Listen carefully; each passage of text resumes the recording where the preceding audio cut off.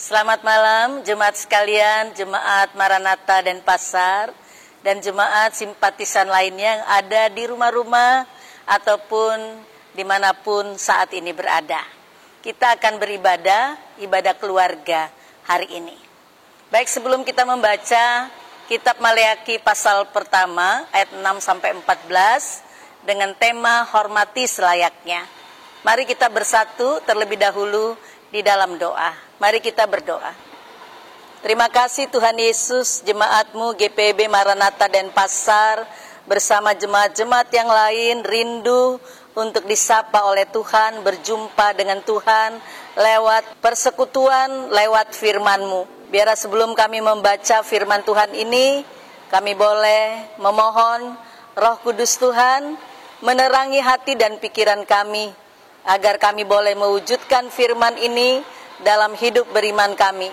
Dalam nama Tuhan Yesus Kristus, Juru Selamat kami yang hidup, kami berdoa. Amin.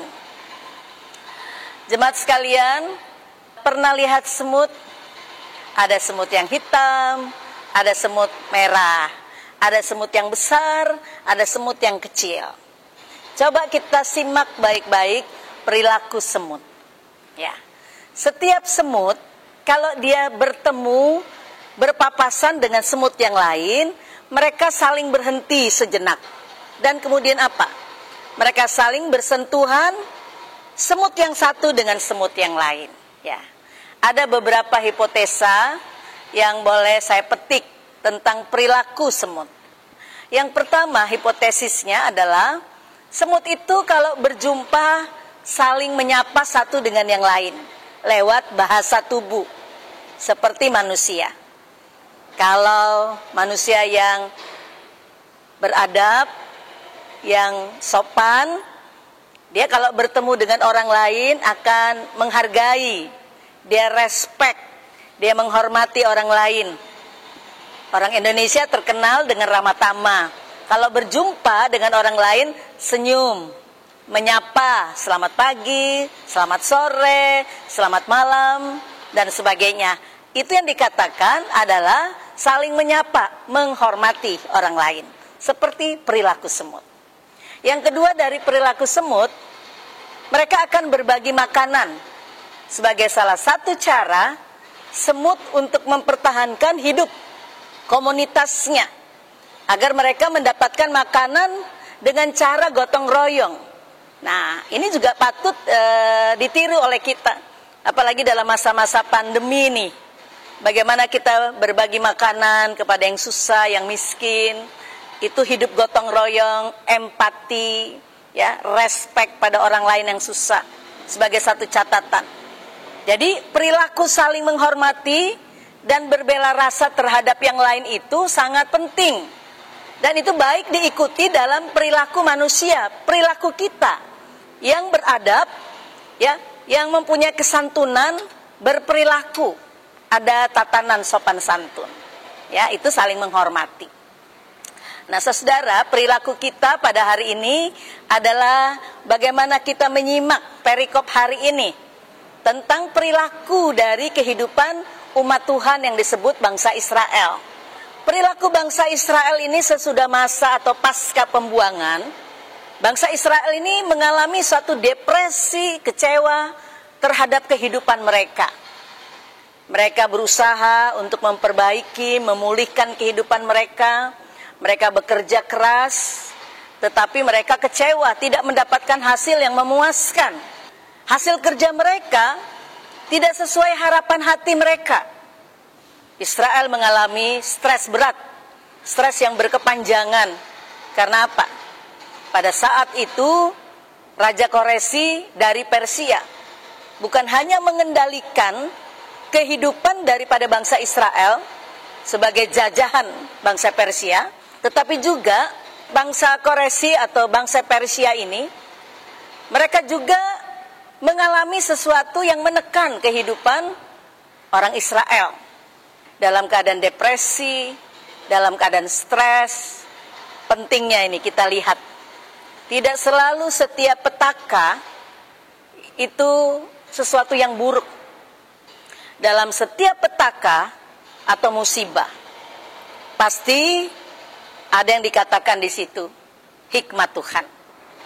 Maka Tuhan utus Nabi Maleaki di tengah-tengah Israel, agar Nabi Maleaki ini atas suruhan Tuhan menegur sikap hidup bangsa Israel yang sudah jauh dari Tuhan untuk kembali menaruh hormat kepada Tuhan. Saudara, ekspresi bentuk dari seseorang yang tidak menghormati Tuhan itu terlihat dari sikap hidupnya. Dalam konteks ini sikap bangsa Israel. Kalau kita baca di dalam ayat 8, ya.